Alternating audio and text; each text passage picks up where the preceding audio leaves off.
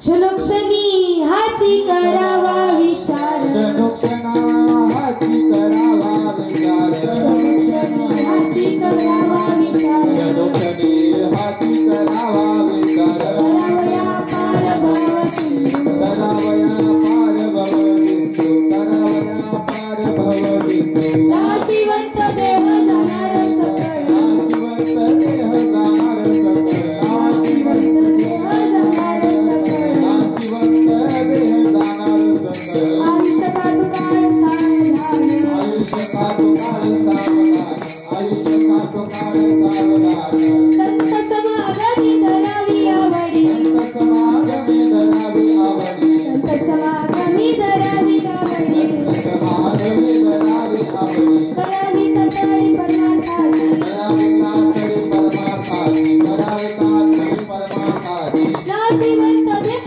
जाणार सकळ, नाशिवंत देह जाणार सकळ, नाशिवंत देह जाणार सकळ, नाशिवंत देह जाणार सकळ, आयुष्य काळ सावधान, आयुष्य काळ सावधान, तुका म्हणे इहलोकीच्या व्यवहारे, कामने इहलोकीच्या व्यवहारे, तुका म्हणे इहलोकीच्या व्यवहारे, कामने इहलोकीच्या व्यवहारे, नका डोळे दुरे धरून राहो, नाशिवंत देह जाणार सकळ, नाशिवंत देह जाणार सकळ, नाशिवंत देह जाणार सकळ, नाशिवंत देह जाणार सकळ, आयुष्य काळ सावधान, आयुष्य काळ सावधान, आयुष्य काळ सावधान, कुमारी, गोपाल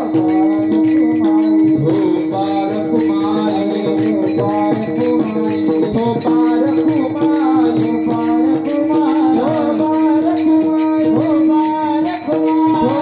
कुमारी, गोपाल कुमारी,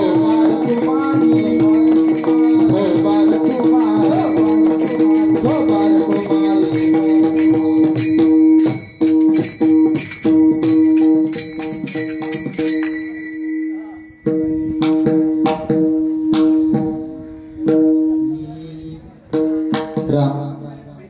हॅलो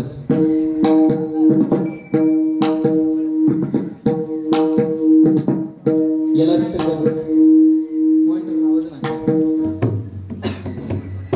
राम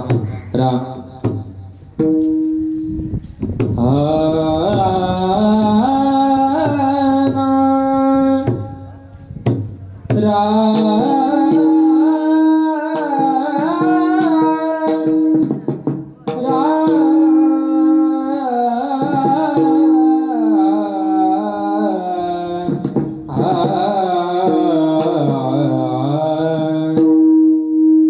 क्षणोक्षणी हाची करावा विचार, क्षणोक्षणी हाची करावा विचार,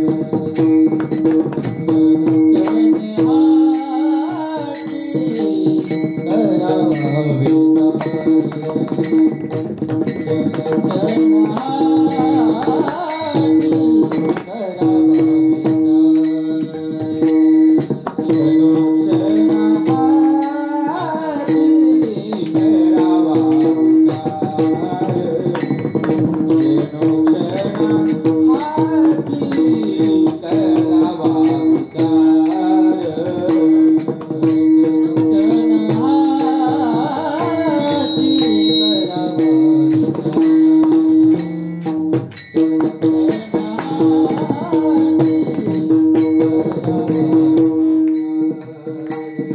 करावया पार भव सिंधू, करावया पार भव सिंधू, भव सिंधू, नाशिवंत देह जाणार सकळ,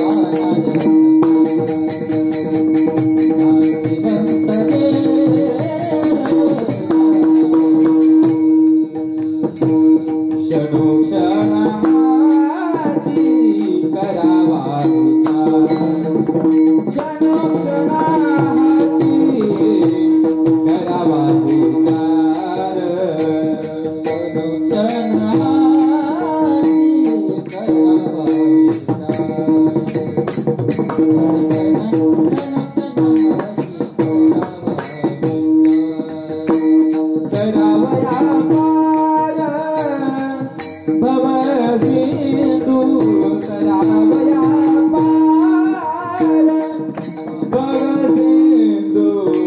भव सिंधू नाशिवंत देह दातार नाशिवंत देह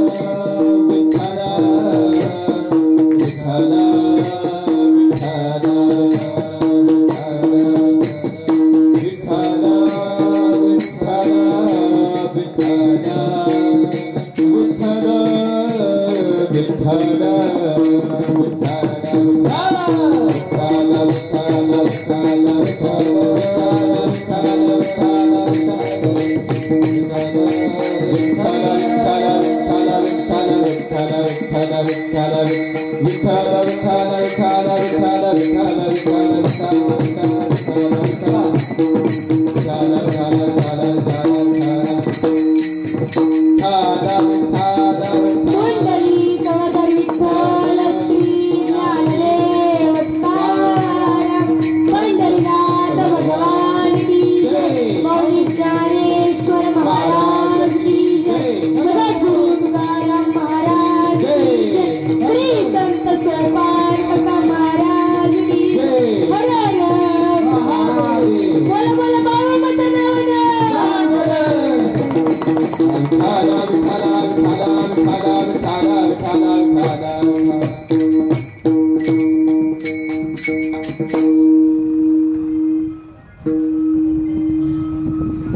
अनुक्षणी ह्याची करावा विचार तरवया पार भव सिंधू नाशिवंत देह जाणार सकळ आयुष्य खातो काळ सावधान संत समगमी धरावी आवडी करावी तातडी परमार्थाची नाशिवंत देह जाणार सकळ आयुष्य खातो काळ सावधान तुका म्हणे या लोकीच्या व्यवहारे नका डोळे दुरे धरुनी राहो नाशिवंत देह जाणार सकळ आयुष्य खातो काळ सावधान विठाल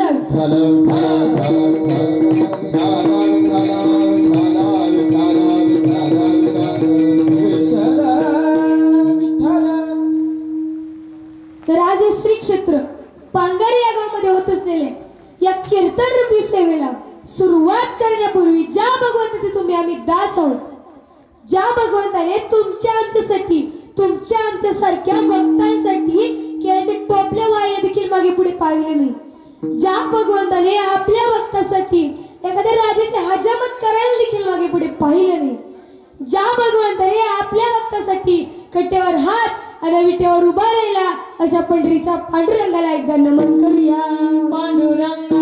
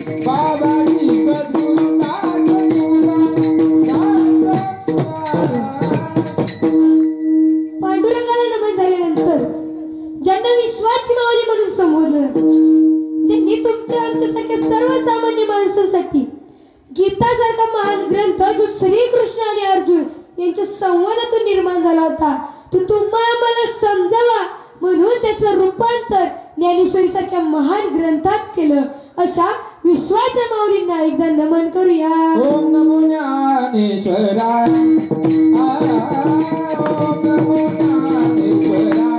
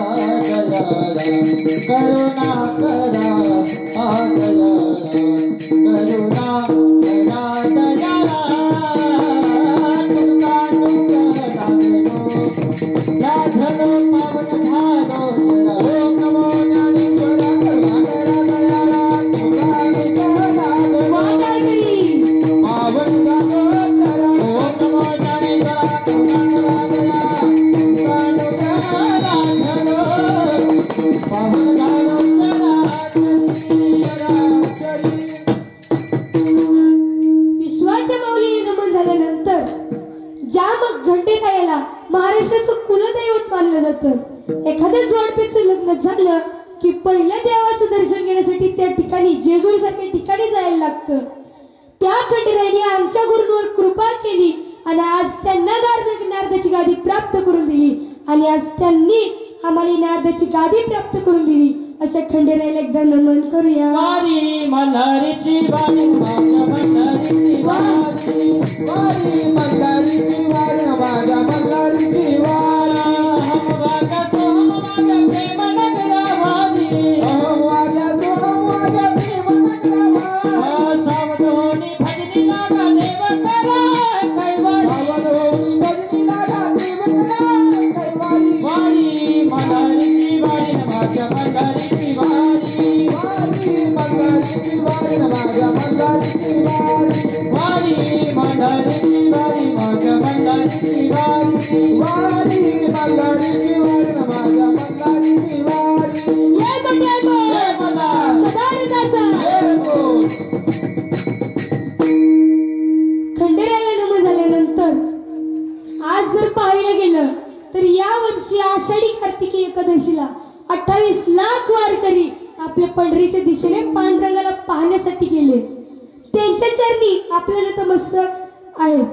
पण जे वारकरी 15 दिवशी पंढरी आणि 30 दिवशी आळंदी अशा रात्र वारे करतात त्यांच्या चरणी एकदा मस्तक ठेवूया. मस्तकरी पायावरी मस्तकरी पायावरी मस्तकरी पायावरी मस्तकरी पायावरी वारकरी संतांचा या वारकरी संतांचा वारकरी संतांचा या वारकरी संतांचा वारकरी संतांचा या वारकरी संतांचा मस्तक माझे पायावरी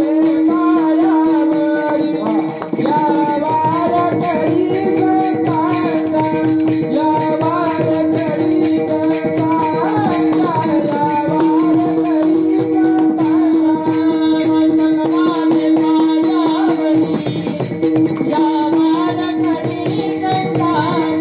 या वारकरी संतांचा या वारकरी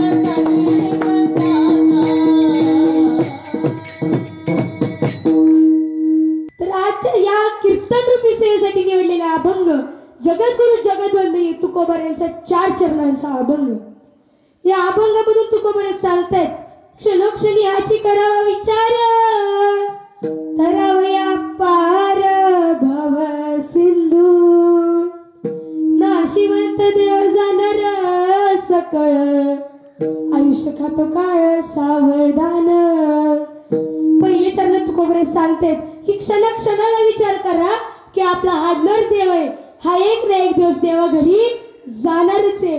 त्यामुळं जितका क्षण देवाने आपल्याला जगायला दिलाय तितका क्षण आपण जगून घेतला पाहिजे. कारण देव हे नाही बघत की आपण किती वेळ जगलोय, देव हे नाही बघत त्याची जात कुठली होती, त्याचा पंथ कुठला होता, त्याचा धर्म कुठला होता. त्यापेक्षा सर्वात महत्वाचं हे की याने जन्माला येऊन किती काळात किती भक्ती केली, देवाला किती प्राप्त करून घेतलं हे महत्वाचं आहे. दुसऱ्या चरणात तुकोबर सांगतायत, नाशिवंत देह जाणार सकळ आयुष्य खातो काळ सावधान. दुसऱ्या चरणात तुकोबर सांगते की हा देह नाशिवंत आहे. जसं की आपण एखाद्या घरात भाडे करून राहायला गेलो, एक ना एक दिवस ते भाड्याचं घर आपल्याला परत द्यावंच लागतं. तसा हा देवाने आपला देह भजना करता दिलाय. देवी दिला देह भजन गुमट ना की भजन गुमट. त्यामुळं देवाने देह आपल्याला दिलाय तो एक ना एक दिवस आपल्याला परत देवाला द्यावाच लागेल. त्याच्या आत आपल्या देवाची भक्ती करून घ्यायची. तिसऱ्या चरणात तुकोबर सांगतायत, संत समागमी धरावी आवडी करावी तातडी परमार्थाची. संत समागम, संत म्हणजे संतांन ज्यावेळेस आपण संतांची संगती मनोमार्ग गती आकाळा श्रीपती येणे पंथे आपण संतांची संगत करतो. संगत करोगे सज्जन की तुम्ही लगी ज्ञान की बात और संगत करोगे गदे की तुम्ही लगी दो लाख. त्याच्यामुळे संगत आपली चांगली असल्यावरती आपल्याला त्याचं चांगलंच फळ मिळतं. अंतिम चरणात तुकोबर सांगतात, तू का म्हणे ह्या लोकीच्या व्यवहारे नका डोळे धुरे धरून राहू. हे सांसारिक अडचणीमध्ये अजिबात पडू नका. देवाने आपल्याला देह दिलाय ना, ते फक्त भजन करता येईल नाही, भजनच करा. कोण काय बोलतोय, कोण कसं करते, आपल्यामध्ये जो कोण आड आलं तर देव त्याच्या आड मध्ये गेल्याशिवाय राहत नाही. फक्त आपण बरोबर मार्गे असलं पाहिजे. विठ्ठल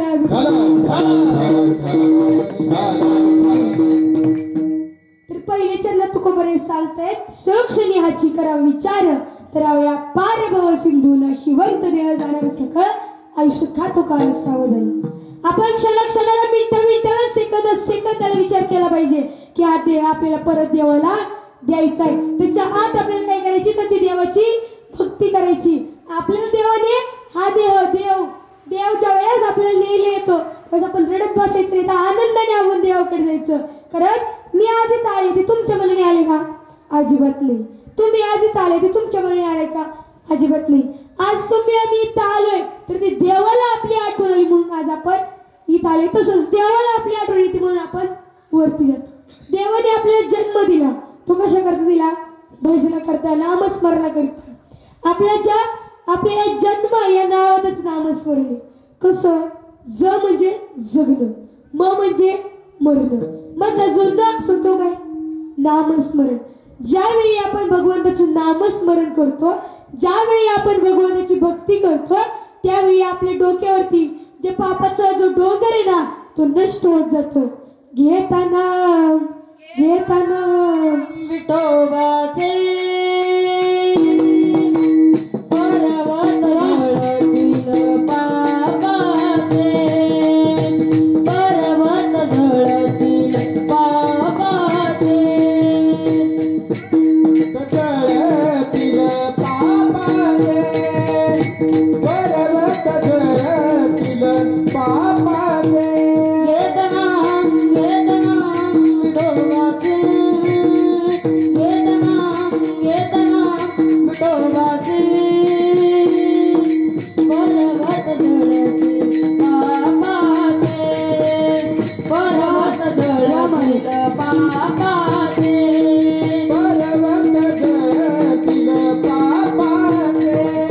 पर्वत झळतील पापाचे.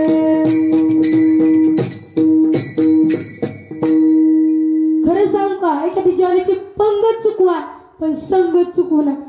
संगत जर चुकली तर आपलं समर्पण चुकतं, आणि समर्पण जर चुकलं ना तर आपल्या जीवनाचं सरपण व्हायला वेळ लागत नाही. संग जया जैसा लाभतया तैसा, लाभतया तैसा, लाभतया तैसा, सकलतया तैसा, लाभतया तैसा, लाभतया तैसा, लाभतया तैसा.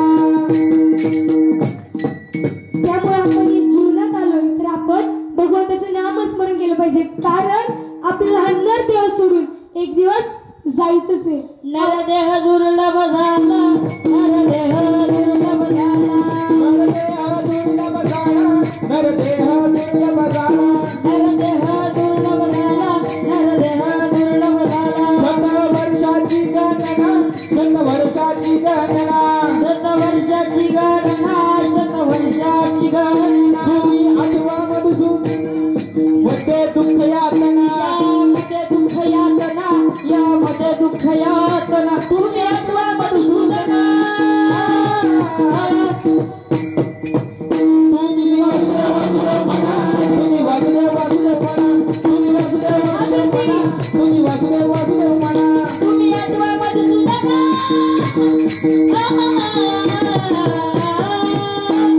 वसुदेव वसुदेव वसुदेव वसुदेव वसुदेव वसुदेव वसुदेव वसुदेव म्हणा रे तुम्ही, वसुदेव वसुदेव म्हणा, वसुदेव वसुदेव म्हणा रे तुम्ही, वसुदेव वसुदेव म्हणा, वसुदेव वसुदेव म्हणा रे तुम्ही, वसुदेव वसुदेव म्हणा.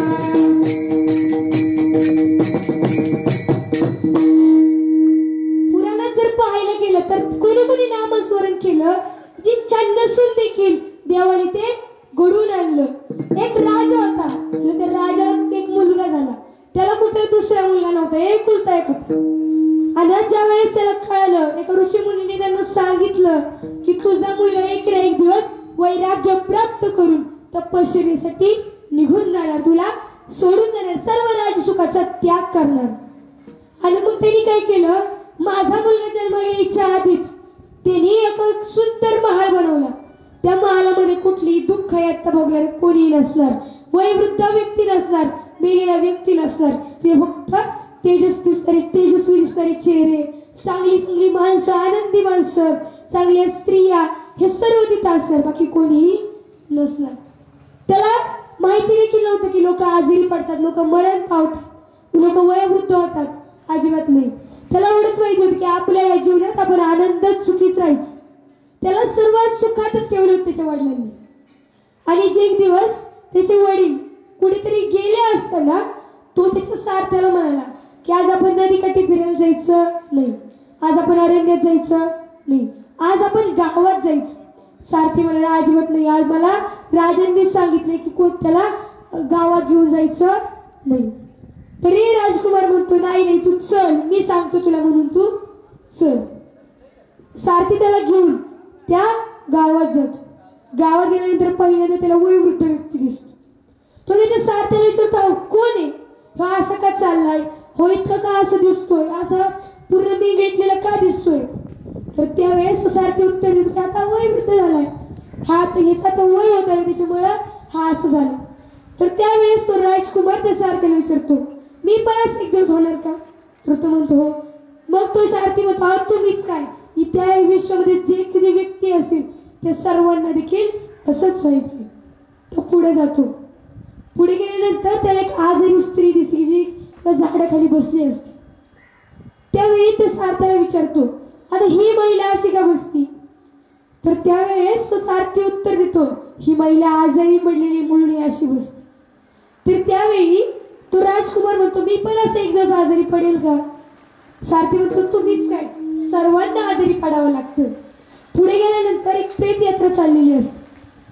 तो राजकुमार त्या सारथ्याला विचारतो हे काय चाललंय, हा माणूस असा का झोपलाय. तर त्यावेळी तो सारथी उत्तर देतो हा झोपलाय पण हा आता कधी उठू शकत नाही, हा आता वारलाय, ह्याच्या शरीरामधून जो आत्मा आहे तो आता देव घेऊन गेलाय. तर तो राजकुमार म्हणतो माझं पण असंच होणार का. तो म्हणतो हो तुम्हीच काय, या जगामध्ये सर्वच व्यक्तींचं असंच होणार आहे, प्रत्येकाला मरण हे वटळ. त्यावेळेस ती गावातून त्याच्या राजमहालात जातो. तो विचार करत असतो, तो कुठेही गेला तरी तोच विचार करत असतो की मला पण तसंच व्हायचंय, मी पण एक दिवस मरणार. त्यावेळी त्याला वैराग्य प्राप्त होतो. तो तपश्चर्येसाठी अरण्यात निघून जातो. पुढे जाऊन त्याचं आजवर देखील नाव टिकून आहे. ते म्हणजे कोण, तर गौतम बुद्ध. या गौतम बुद्धांनी जवळजवळ कित्येक वेळा तपश्चर्या केली. त्याची तपश्चर्या अनेकांनी भंग केली पण तरी त्यांनी ती तपश्चर्या चालूच ठेवली. पुढे जाऊन त्यांचं आजपर्यंत हे नाव सूर्यचंद्र असेपर्यंत टिकलं. जसं की त्या ऋषीमुनींनी सांगितलं होतं की तुझा मुलगा ते एक दिवसाला वैराग्य प्राप्त होणार, तो अरण्यामध्ये तपश्चर्यासाठी निघून जाणार आणि सूर्यचंद्र असेपर्यंत नाव हे टिकून राहणार. आणि ज्या वेळेस हे सूर्यचंद्र असेपर्यंत नाव टिकून राहिलं पण तो व्यक्ती टिकून राहिला का, त्याला देखील जावंच लागलं. हे चांगल्याच्या प्रथम चरणात तू क्षणोक्षणी हाती क्षणोक्षणी हाची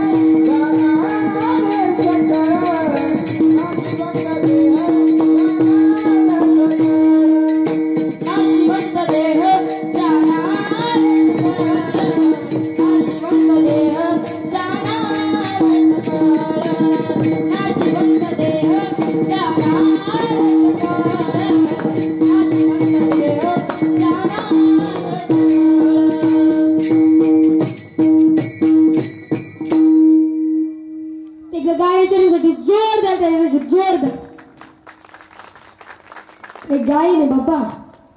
तर दुसरे चरण तुकोबरे सांगतात, नाशिवंत देह जाणार सकळ, आयुष्य खातो काळ सावधान. हा देवाने आपल्याला देह दिलाय, तो भगवंताची भक्ती करण्यासाठी दिलाय. बरं, भगवंताची भक्ती करण्यासाठी दिलाय, पण जी लोक कशी लोक काही लोक काय करतात, आपण पंढरपूर सारख्या मोठे तीर्थक्षेत्र गेलो तर तिथले जर पोलीस कर्मचारी असतील, अजून काही मोठे कर्मचारी असतील, तिथं आपला भक्त गेला की त्याची जरा त्याला पटपट घाई करतात, देवाचं दर्शन देखील नीट घेऊन देत नाही. ते देवाच्या शरीराने किती जवळ असले तरी अंतःकरणाने खूप लांब असतात, कारण त्यांना गर्व असतो. आणि जे भक्त असतात ते भगवंताच्या कितीही जरी लांब असले, कोणाची तरी ते भगवंताची निस्वार्थी भक्ती करत असते. जयाची ठाई पांडवा, अपेक्षा नाही रिगावा, सुखासी चढावा जयाचे असते. ज्यावेळी आपल्या मनामध्ये कुठल्याही अपेक्षा नसतील त्यावेळी तो भक्त भगवंताला सर्वार्थाने प्रिय असतो. त्याच हरी वाटे देवा. आणि तो भक्त जरी शरीराने भगवंताच्या फार लांब असेल तरी तो भक्त भगवंताच्या अंतःकरणाने फार जवळ असतो. त्याच्यामुळे आपल्याला शरीर महत्वाचं नाही, आपल्याला अंतःकरण महत्वाचं आहे. त्याच्यामुळे आपण अंतःकरणाने भगवंताच्या सर्वार्थाने जवळ असतो पाहिजे. अनपेक्ष सुचिर दक्ष,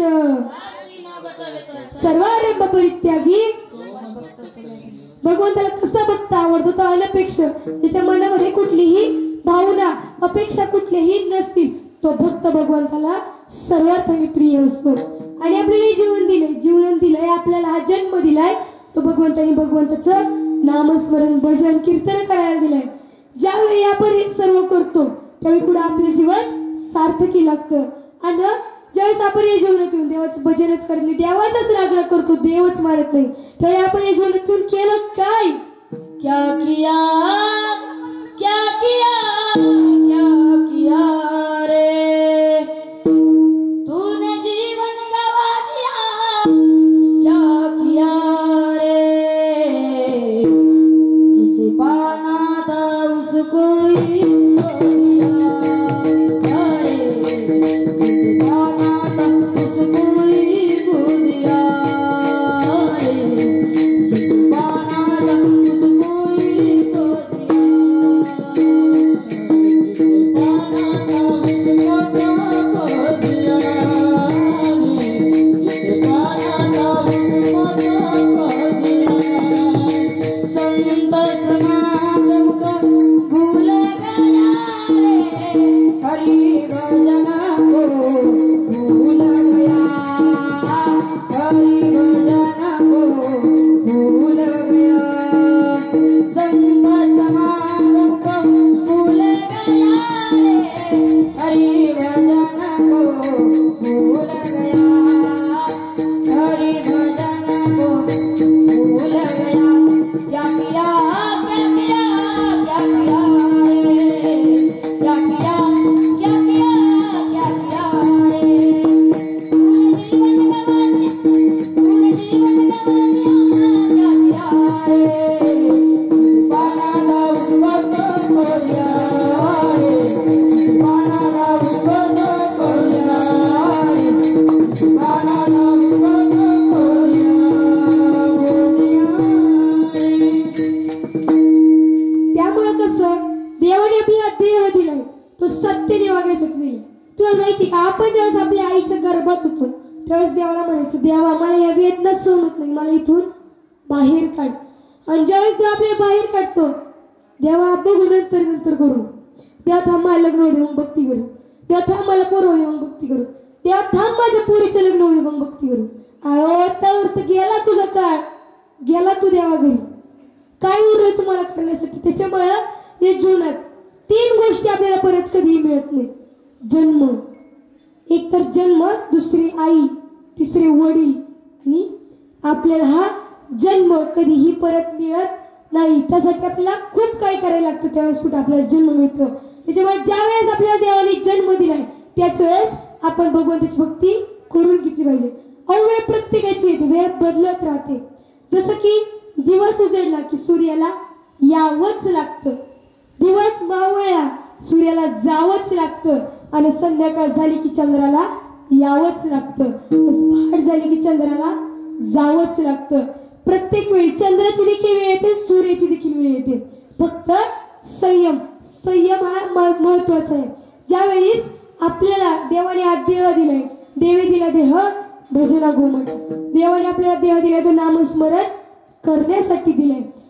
मरण कुणाला टळले मग तू माया मी काही भगवंताने देखील मरण टळलं नाही. त्रेतायुगात पाहायला गेलं तर ज्यावेळेस प्रभू श्रीराम सीता मातेला शोधण्यासाठी गेले होते तर त्यांना मध्येच दोन भाऊ भेटतात, ते म्हणजे वाली सुग्रीव. आणि प्रभू श्रीराम ज्यावेळेस वालीचा वध करतात कोणासाठी, या सुग्रीवची पत्नी रुमा, ह्या रुमाला या वालीच्या तावडीतून सोडवण्यासाठी प्रभू श्रीराम आपल्या वालीला मारून टाकतात. आणि ज्यावेळेस वालीला मारतात त्यावेळेस प्रभू श्रीराम वालीच्या जवळ जातात आणि त्यावेळेस वाली प्रभू श्रीरामांना म्हणतो, मी तुमच्या आडत गेलो होतो अजिबात नाही, मी तुम्हाला काही बोललो होतो अजिबात नाही, मी पाप केलं होतं अजिबात नाही, मग तुम्ही मला मारलं का, मी निरपराधी असताना तुम्ही मला मारलं. त्यावेळेस प्रभू श्रीराम म्हणतात, माझ्या पुढच्या जन्मात आणि तुझ्या पुढच्या जन्मात ज्या वेळेस मला पुढचा जन्म मिळेल त्यावेळी माझ्या मरणाचं कारण तूच ठरशील.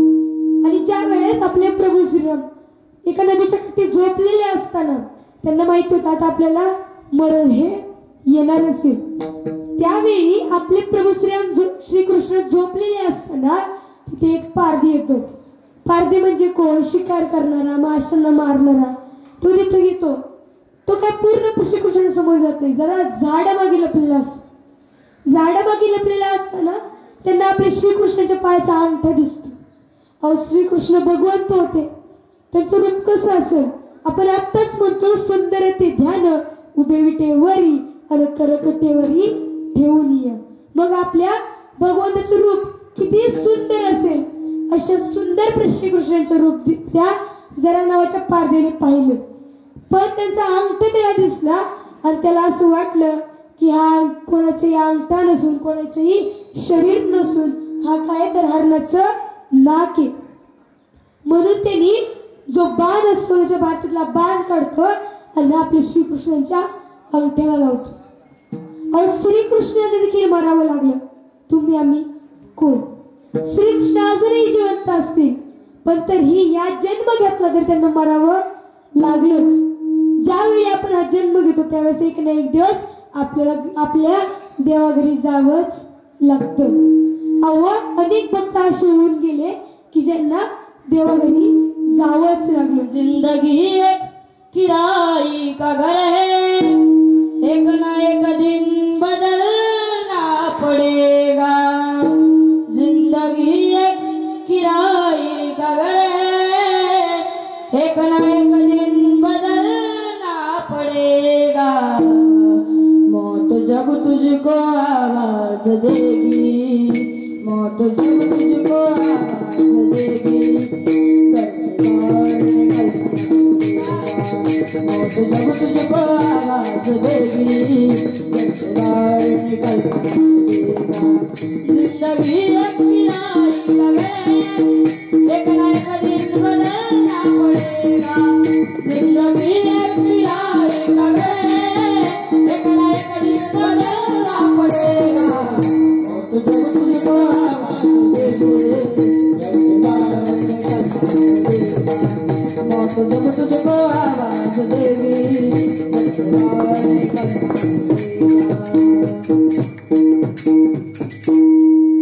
ज्यावेळी आपल्याला भगवंत न्यायला येईल त्यावेळी आपल्याला आपल्या भगवंताकडे जावंच लागणार. त्याआधीच आपण जितकी काही भगवंताची सेवा करता येईल, जितकं काही पुण्य कर्म करता येईल, जितकं काही सत्कर्म करता येईल तितकं करून घ्यावं. ज्यावेळेस आपल्याला भगवंत येता येतो आपण वरती येतो त्यावेळेस आपल्याला पुण्य करता येत नाही. आज आपले पोपट आजोबा जरी वरती गेले असतील तरी त्यांना पुण्य करता येत नाही. जर का त्यांच्या पुण्याच्या पारड्यामध्ये पुण्य कमी पडलं तर त्यांना पुण्य कोण वरती पोहोचवतं, तरी अशी कीर्तन सेवा इथं ज्ञानदान होते, जे अन्नदान होतं त्यामार्फत आपल्या पोपट आजोबांना हे पुण्य तिथपर्यंत पोहोचवलं जातं. त्याच्यामुळं देवाने आपल्याला देव दिले ना, कुठपर्यंत दिलाय ते आपल्याला माहिती नाही, तुम्हाला माहिती नाही, मला माहिती नाही. आपल्या जीवनाचे आपल्या आयुष्याचे 3 पाने, पहिलं पान जे देवाने लिहिलेलं असतं जन्म, शेवटचं पान जे देवाने लिहिलेलं असतं मृत्यू, पण जे मधलं पान असतं ते आपल्याला लिहायचं असतं. त्यामुळं जे मधलं पान आहे ना ते किती सुअक्षरात लिहिता येईल ते आपण पाहायचं. आणि आपल्याला जेवढून जायचंच आहे ना तर त्याच वेळात आपल्याला भगवंताची सेवा करून घ्यायची हे समजायचं तिथेच. नाशिवंत देह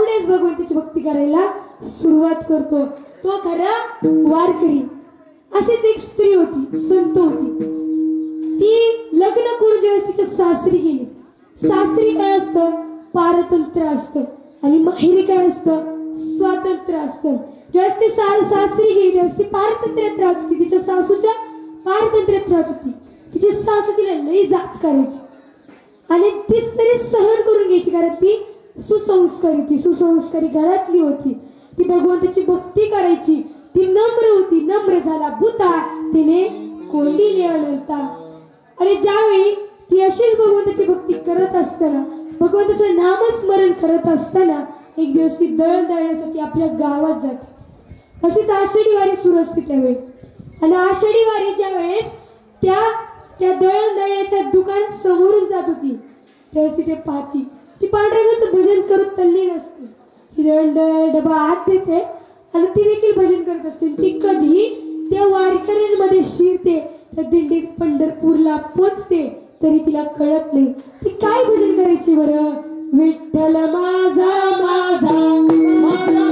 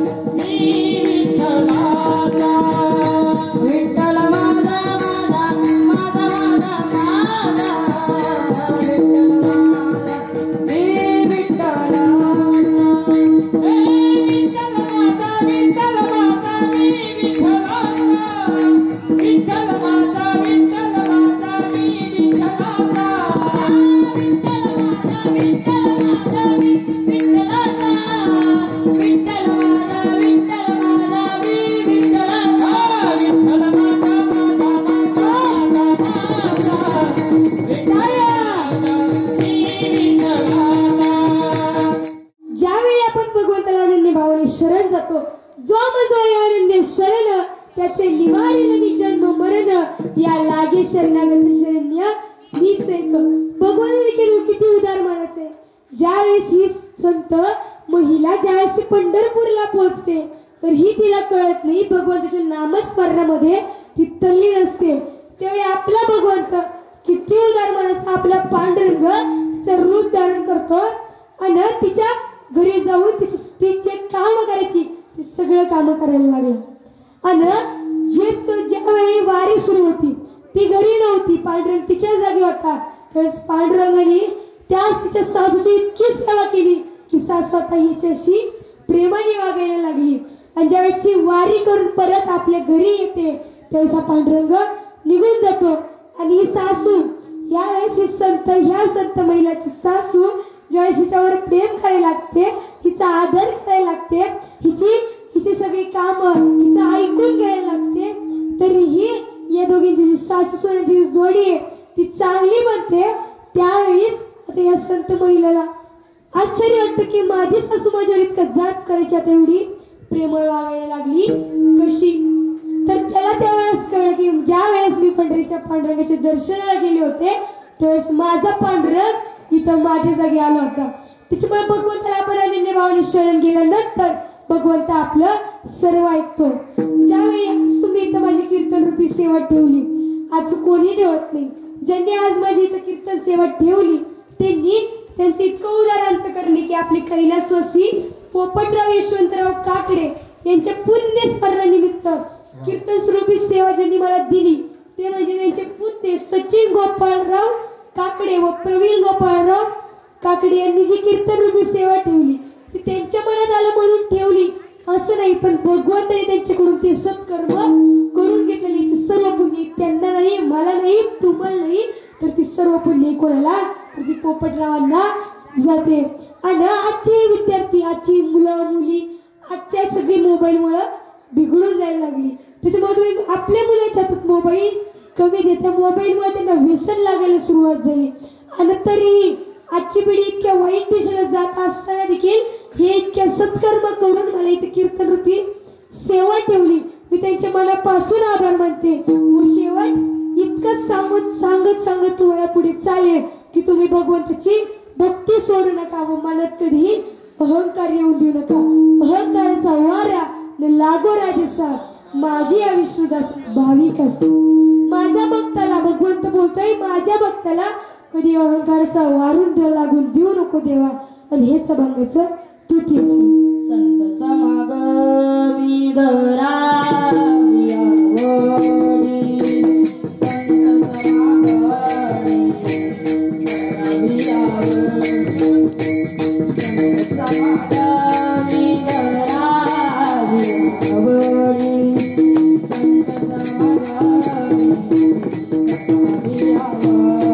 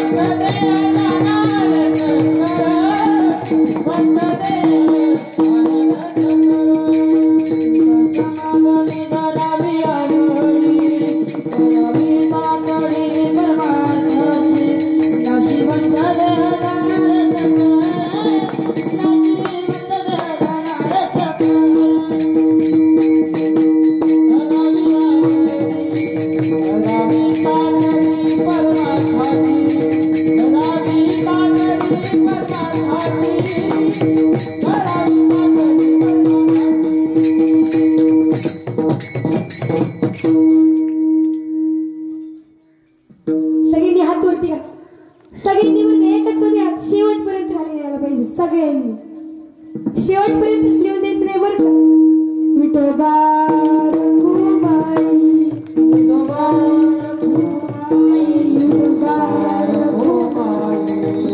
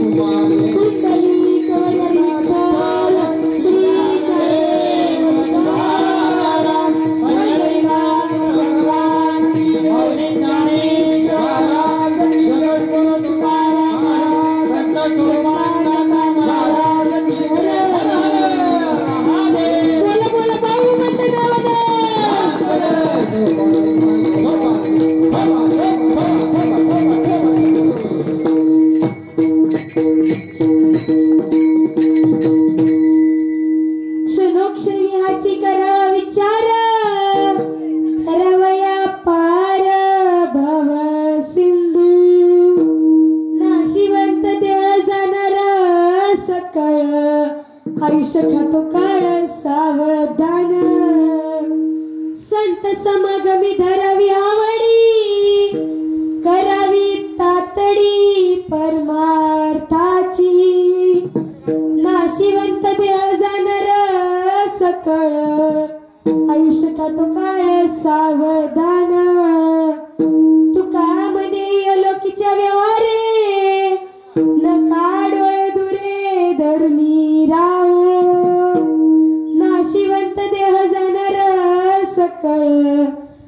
खातो काळ सावधान विठाल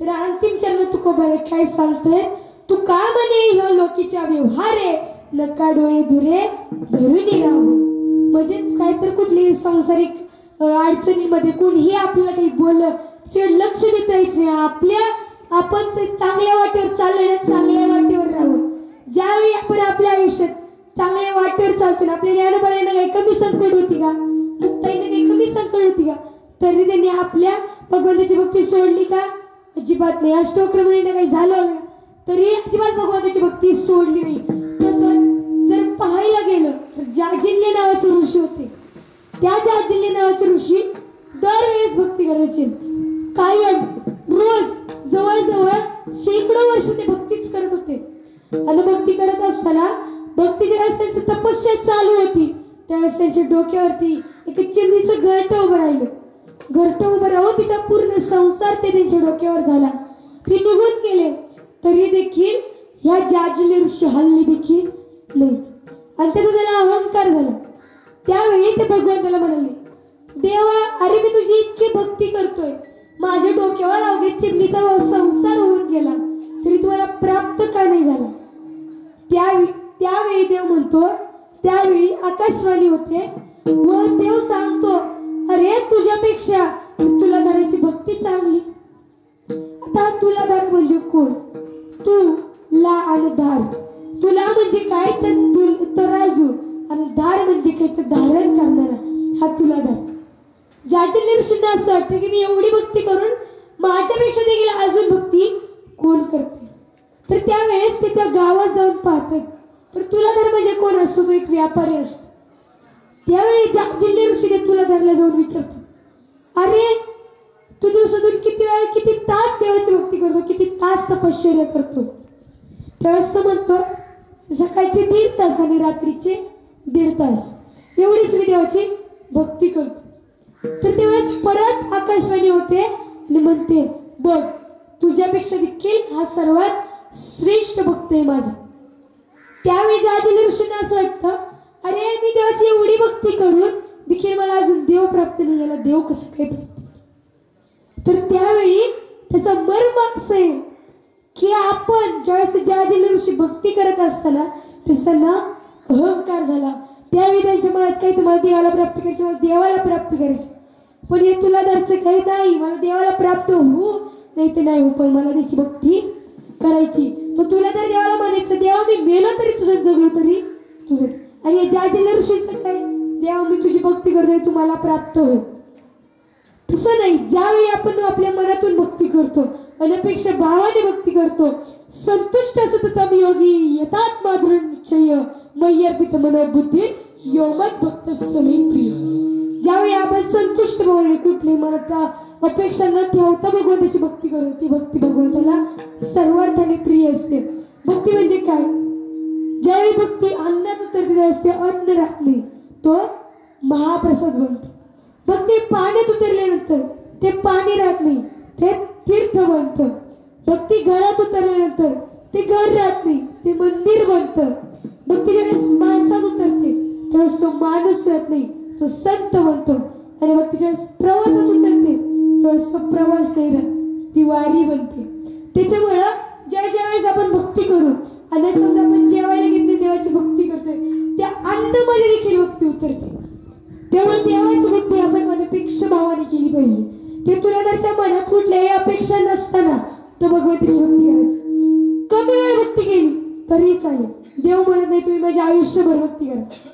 कमी वेळ भक्ती केली तरी चालेल पण मनोभावे भक्ती करा ज्यावेळेस आपण आपल्या मनात कुठलाही भाव नाही आणि आपण देवाची भक्ती करतोय मनामध्ये सर्व अपेक्षा भरलेली आहे की देवा मला तू प्राप्त हो देवा मला गाडी दे मला तू बंगला दे असं न ठेवता ज्यावेळेस आपण भक्ती करतो त्यावेळेस ती भक्ती भगवंताला प्रिय असते ना की ज्यावेळेस आपण देवाला म्हणतो देवा मला आता घर दे देवा मला आता बंगला दे देवा मला आता प्रॉपर्टी दे मला हे दे मला ते दे ज्यावेळेस देव आपल्याला माग असतो देव आपल्याला प्राप्त होत नाही मनी नाही भाव म्हणे देवा मला पाव मनी नाही भाव म्हणे देवा मला पाव देवा शान भेट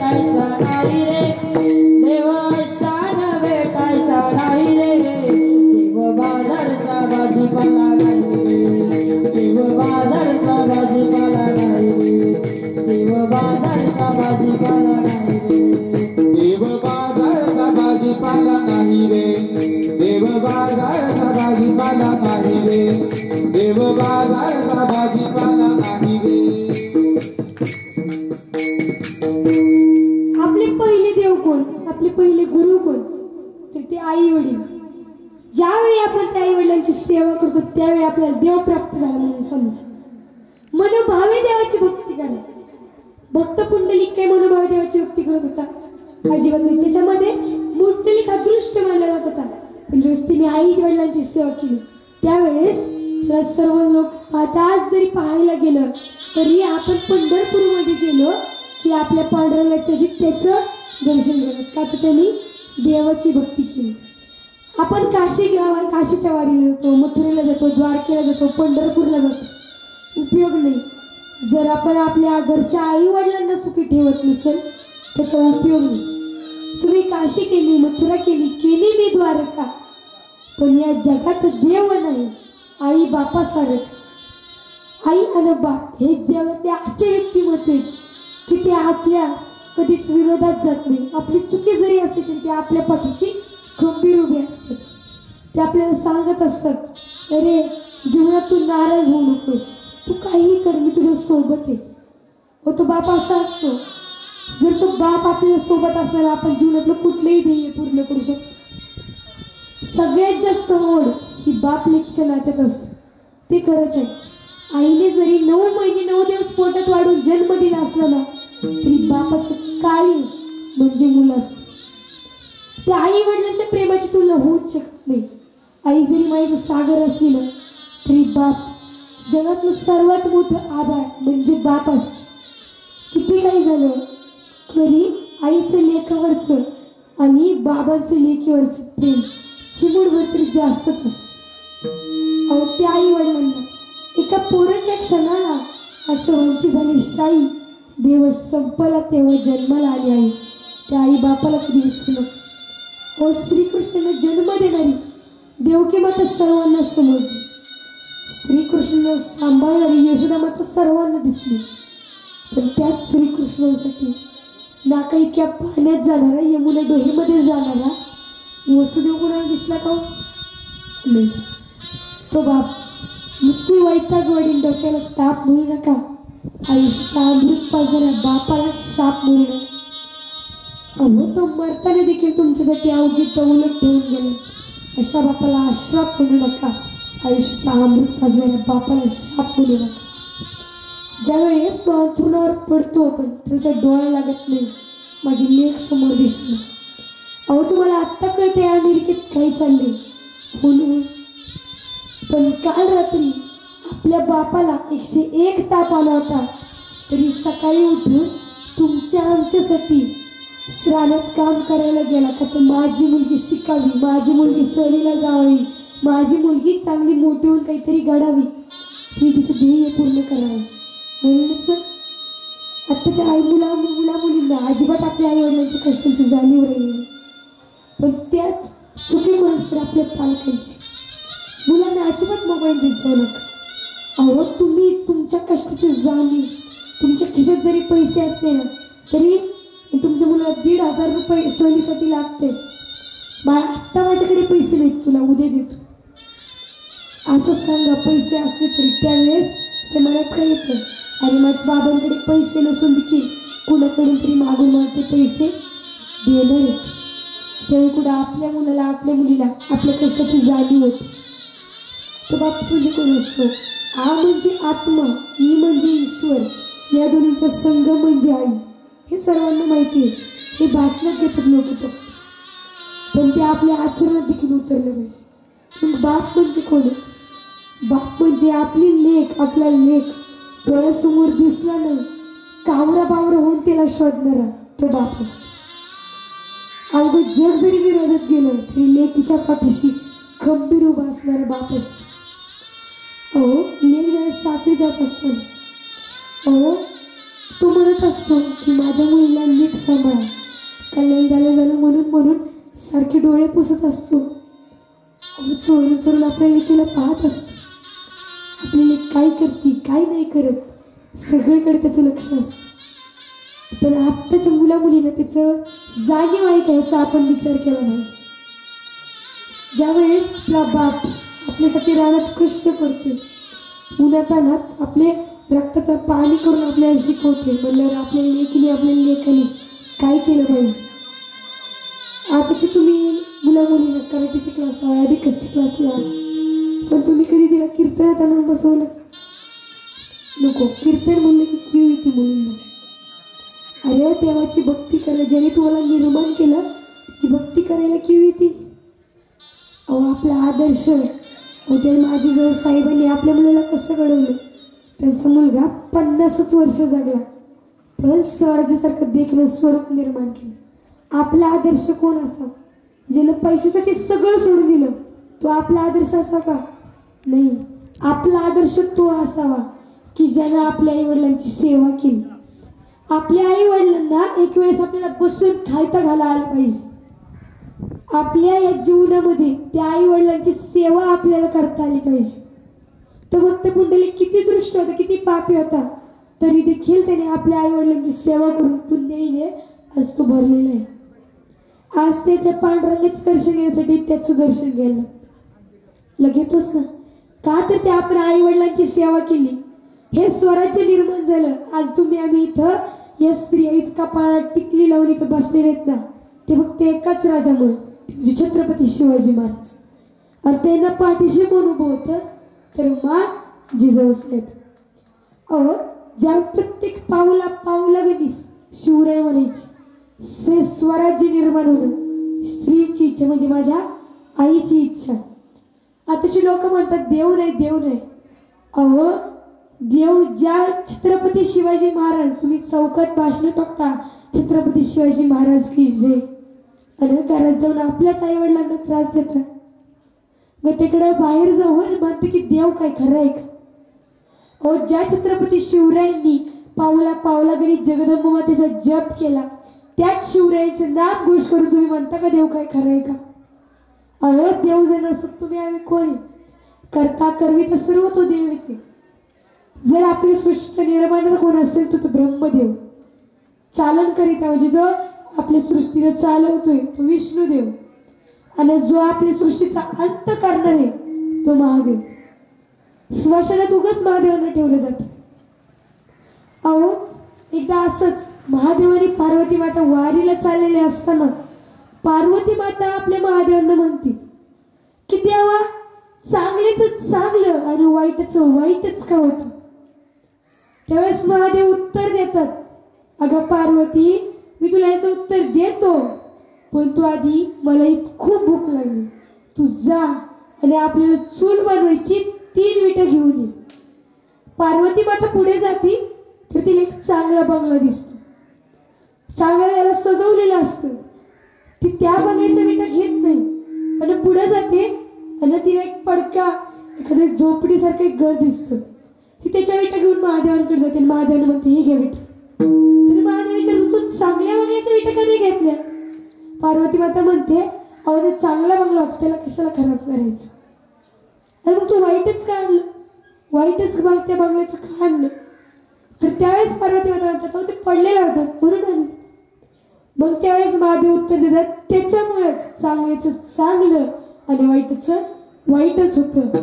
त्यामुळे आज पोपटरावांनी काहीतरी पोपट आजोबांनी काहीतरी चांगलं कर्म केल्यामुळं तुम्ही सर्वजण इथे आलात आणि आम्हाला ही अशी नारदाची गादी आम्हाला आमची देवाने आठवण काढली आणि म्हणून आज आम्ही इथं आलो. देवाची देखील मी मनापासून आभार मानते. आणि आज ज्यांनी मला ही कीर्तनरूपी सेवा दिली ते म्हणजे आपले कैलासवासी पोपटराव यशवंतराव काकडे यांच्या पुण्यस्मरणानिमित्त सचिन गोपाळराव काकडे व प्रवीण गोपाळराव काकडे यांनी मला जी कीर्तनरूपी सेवा दिली मी त्यांच्या मनापासून आभार मानते. काही ठिकाणी गेलो ना एक तर श्रोता वर्ग तरी चांगला नसतो, माईक सिस्टीम तरी चांगली नसते, नाही तर कीर्तन करत चांगलं नसतं. पण या ठिकाणी सर्वच चांगले. मी आज जर पाहायला गेलो तर आपले गायनाचार्य पवन महाराज असतील, मैर आपले ध्रुव महाराज सातकर असतील, तेजस महाराज असतील, मी या तिघांचे मनापासून आभार मानते. या झालेवाडीमध्ये सप्त चालू आहे, त्या सप्त्यामध्ये सर्वजण गायनाचार्य आहेत तरी देखील ते इथं आले, माझ्या कीर्तनामध्ये गायन केलं, मी त्यांचे मनापासून आभार मानते. आजचे पकवाज गोविंद महाराज तुमची देखील मी मनापासून आभार मानते, कारण कीर्तनाला रंगत येते ती पक्वजामुळे. मी तुमचे देखील मनापासून आभार मानते. आजचे विधेकरी आमचे ईश्वर महाराज नवले असतील, त्यांचं आज रात्री देखील कीर्तन आहे, तरी देखील माझ्या कीर्तनात येऊन उभे राहिले. मी त्यांचे देखील मनापासून आभार मानते. आज आमचे श्री माऊली बाल संस्कार ऑर्केस्ट्रा संस्थेचे सर्व टाळकरी इथं आले, मी त्यांचे देखील मनापासून आभार मानते. व आजची जी मला इथे कीर्तन स्वरूपी सेवा मी इथं करू शकले, ज्यांनी आज जवळजवळ 47 कीर्तनकार घडवले, तरी त्यांच्या मनात अहंकार नाही असे आमचे गुरुवर्य हरिभक्तवर्य स्वप्नील महाराज काळले, मी त्यांचे देखील आभार मानते. आणि तुम्हाला वाटलं का तुम्हीच फक्त कीर्तन रूपी सेवा ऐकताय?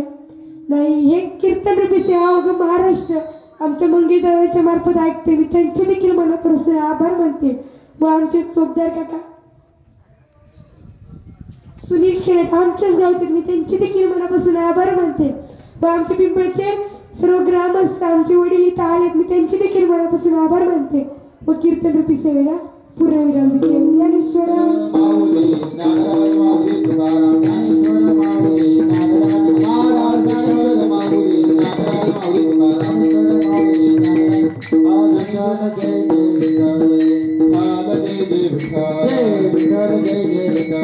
बोली दे पुरे बाहुली